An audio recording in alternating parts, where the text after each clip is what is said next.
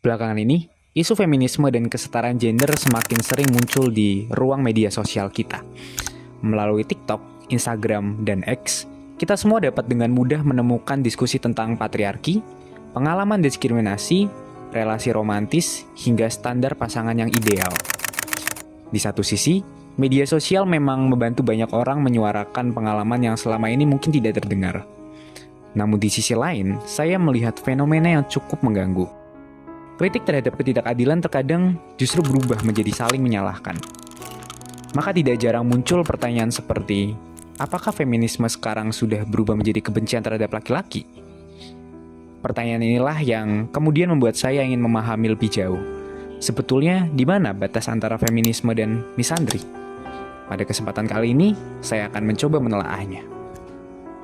Secara umum, feminisme adalah gerakan yang memperjuangkan kesetaraan hak, kesempatan, dan penghormatan terhadap martabat perempuan. Feminisme lahir sebagai respon terhadap berbagai bentuk ketidakadilan yang dialami perempuan dalam bidang sosial, ekonomi, politik, dan budaya. Karena itu, tujuan utama feminisme bukanlah menempatkan perempuan di atas laki-laki, melainkan menciptakan relasi yang lebih adil dan setara.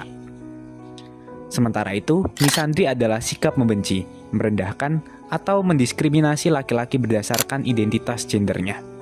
There are a lot of men that are inferior and they're just really stupid and honestly ignorant and they're just dumb, honestly. I have misandryism in my story. Permasalahan muncul ketika ruang digital mendorong kita untuk melihat persoalan yang kompleks melalui potongan informasi yang singkat, emosional, dan mudah viral. Tren yang sering disebut sebagai standar TikTok juga ikut mempengaruhi cara kita memandang relasi. Misalnya, muncul anggapan bahwa laki-laki harus selalu kuat, harus selalu mampu secara finansial, tidak boleh menunjukkan emosi, atau harus memenuhi kriteria tertentu agar dianggap layak. Menariknya, standar seperti ini tidak selalu lahir dari feminisme. Dalam banyak kasus, standar tersebut justru merupakan pengulangan stereotip gender yang telah lama ada dalam budaya patriarkal. Namun, ketika kritik terhadap patriarki berubah menjadi generalisasi seperti semua laki-laki sama aja, atau laki-laki tidak bisa dipercaya, batas antara perjuangan keadilan dan misandri mulai menjadi kabur. Ketika hal itu terjadi, dialog berubah menjadi polarisasi, dan perjuangan menuju kesetaraan kehilangan arah utamanya.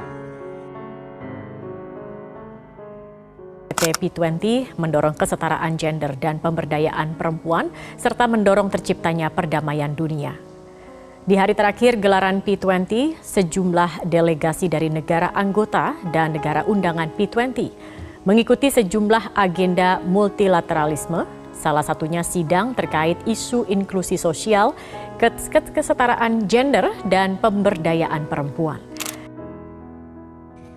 Menurut perspektif saya, setiap manusia memiliki martabat yang sama.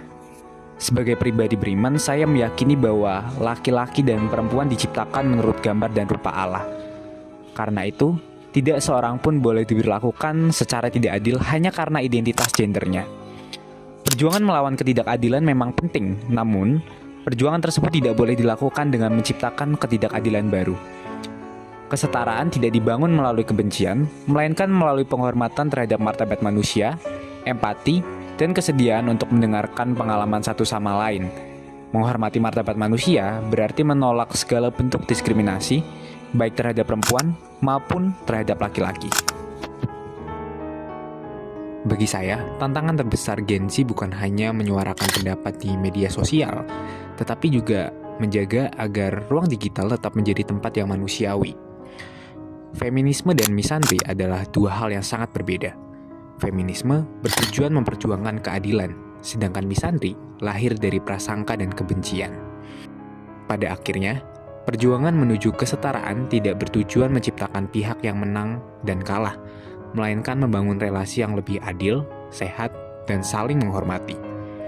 Karena di balik setiap perdebatan tentang gender selalu ada manusia yang martabatnya perlu dijaga.